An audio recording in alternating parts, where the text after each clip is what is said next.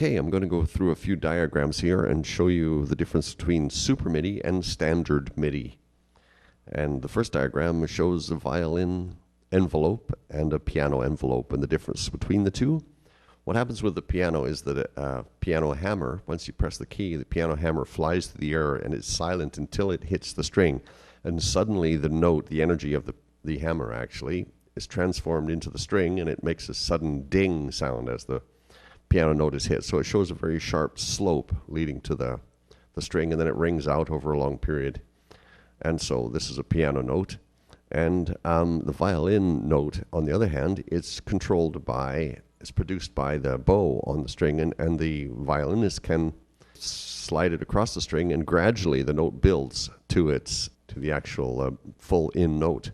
So what I'm showing here is a much less steep slope up to the note on. And so these two sounds don't actually work well together because the question is, where is the downbeat? And MIDI provides only the note on and the note off. So when you press the note on with the piano, it'll come in ahead of the actual note on for the violin, because the full energy hasn't been transmitted into the string right away in the case of the violins, or violin and violins. So that's the first diagram, and it shows the error there from a simple note on, note off system, which is what MIDI is presently. Now the second diagram I have shows drums, and drums is a similar situation. Almost all of the drums in a drum kit have a sharp attack, like the sharp slope leading. So you have a stick, or you hit it with a foot pedal, but it always goes bang onto the drum in almost all cases.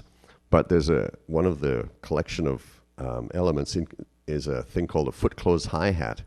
And with a foot close hi-hat, it has a different velocity slope, different volume envelope, and this means that when you press the foot close hi-hat, gradually the cymbals connect with each other, and then when they fully connect, they produce a sound. So the foot close hi-hat produces a shoop, so it goes shoop.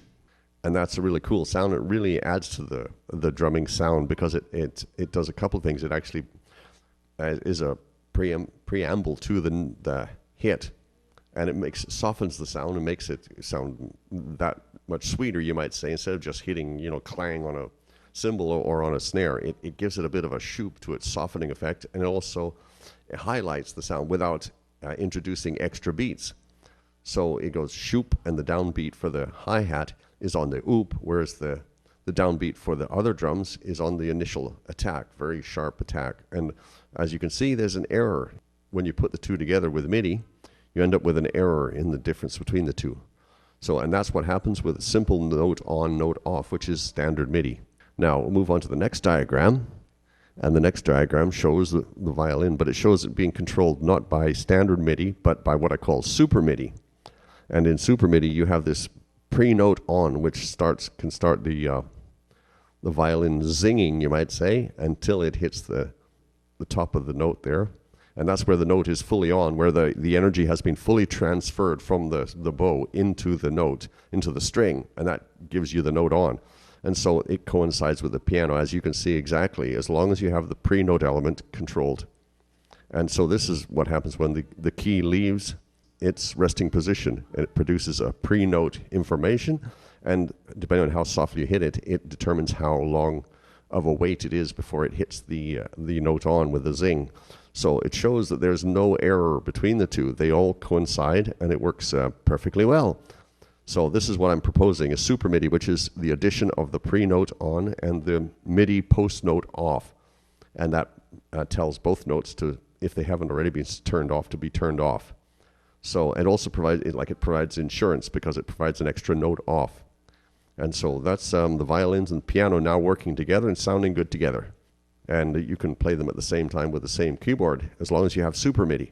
And now the next diagram shows the drums again, and now we have the drums properly aligned, where the shoop is aligned, the oop of the shoop is aligned with the clanging, banging, tings, the sharp attack elements of the rest of the drum kit.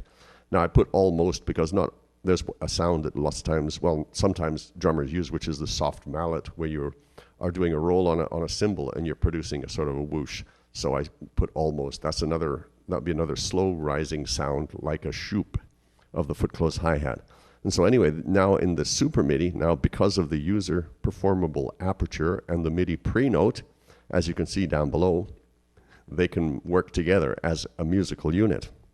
And so this is what the solution is to the problem that we have with music in the music industry right now, is that when you go to do a production with standard MIDI and only standard MIDI, you're forced to cluster sounds together that only work together. And the only ones that work together in the initial, if you look at the initial diagram, you'll see that the dings will only work with other sounds that are similar to that, because if you do any zinging, any slow rise sounds, they won't match up, at least not when you're playing them in layers.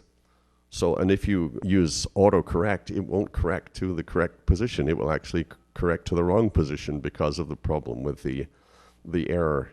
And you can see the error, and you can see the question of with regard to the downbeat. So, and this is the problem. And so what happens with lots of popular productions, they're built completely around dings and pops and ticks and things that go clang, or that actually have no pre-note elements to them. And this is not just a question whether it's synthetic or whether it's acoustic. It's just that there's no graceful thickness to the sounds, whether they're synthetic or whether they're acoustic. There's no room for violins. You can't put really nice, sweet violin parts and violin articulations into a standard pop production, and it's because they don't fit. So you end up with music that is very plastic, very robotic, and very severe in its rhythmic sound. And you get from a skeletal only, like the note on and the note off, you end up with very skeletal sounding productions that have no grace and no artistic, well, not the same amount of artistic sweetness and characteristics. So that's the problem with MIDI, standard MIDI. It is simply a very skeletal framework. I'd say skeletal meaning that it's like a skeleton that needs more to make it actually musical and to bring all the musical instruments into the same camp so they can work together for the glory of all music and for the whole vocabulary. You need the whole vocabulary. And so this is why I'm proposing SuperMIDI to replace standard MIDI. When you play a violin solo, you're using numerous pre-note articulations, so that the length of the pre-note is controlled by the violinist, or if a person has a SuperMIDI equipped keyboard, you'll be controlling the speed of the downbeat, the speed of the distance between when you first press the note and when it hits bottom and then the note is fully formed. So this means that you can't just you can't just advance a track in order to get rid of the pre-note, because the pre-note is actually varies from phrase to phrase, from note to note to note. And so you simply can't easily do a violin concerto, a violin solo. It just doesn't work with MIDI because it's too skeletal. It's too simple.